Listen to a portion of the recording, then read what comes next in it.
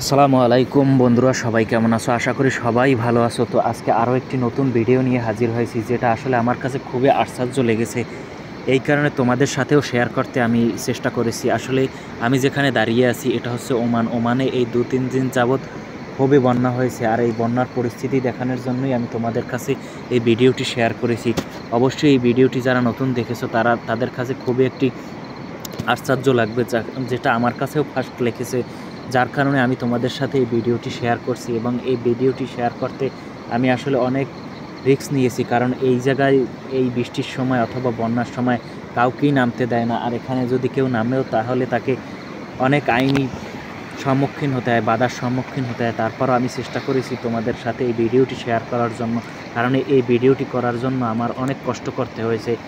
যাই হোক, এই ভিডিওটি তোমরা দেখতে পাচ্ছ এই বন্যার পরিস্থিতি। এই মরুভূমির মাঝখানে যে পানির বন্যা হয় এটা আমি আগে কখনোই জানতাম না, যার কারণে আমি তোমাদের কাছে এগুলো শেয়ার করছি। দেখো তোমরা কি পরিমাণে পানি নামে, আর এই পানিগুলো এতটাই স্পিডে নামে, এখানে কেউ যদি পরে 1 সেকেন্ডের মধ্যে কোথা থেকে কোথায় যাবে এটা সে নিজেও জানবে না।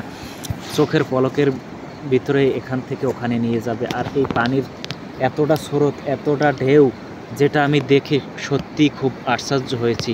এটা যে কেউ আশ্চর্য হবে, কারণ এটা যে কেউ আশ্চর্য হবে, তুমিও আশ্চর্য হবে তোমরা যদি কেউ স্বচক্ষে দেখো।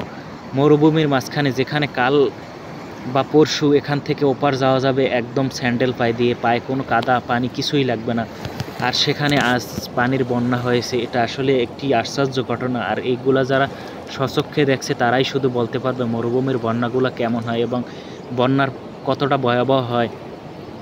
এই বন্যায় অনেক প্রাণহানি হয়েছে, কারণ আমাদের দেশের মানুষ তো সচরাচর পানিতে সাঁতার জানি, কিন্তু এই দেশের মানুষ, মরুভূমির মানুষ, সবাই তো আর সাঁতার জানে না।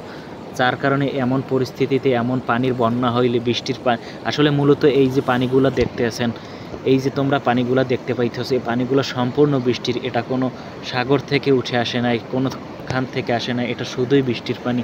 আর এই বৃষ্টির পানি এতটাই বেশি হয় যে সব জায়গার পানি এক জায়গা থেকে যায়, কারণ এক জায়গা থেকে ঢালু আছে, জায়গাটা যেখান থেকে ডাল সেটা সাগরে যাইয়া মিশছে।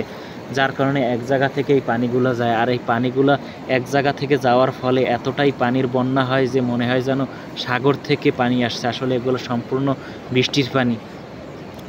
তো আসলে বিশেষ হচ্ছে এই দেশের মানুষ সাঁতার জানে না, যার কারণে মানুষ বেশি ক্ষয়ক্ষতি হয়, প্রাণহানি হয়। কিন্তু আমরা বাংলাদেশি যারা আছি তারা তো, কারণ সবাই পানির সাথে পরিচিত এবং ছোট থেকেই আমরা সাঁতার জানি, কিন্তু এই দেশের মানুষ সাঁতার জানে না। যার কারণে এই স্রোতে যদি কেউ পড়ে সে আর বাঁচার কোনো আশা নেই। যার কারণে তারা খুবই ক্ষতিগ্রস্ত হয় এবং এতে অনেক ক্ষতি হয়। এবং আমরা দেখতে পাচ্ছি যে ওই পানির কতটা স্পিড দেখো তোমরা সবাই।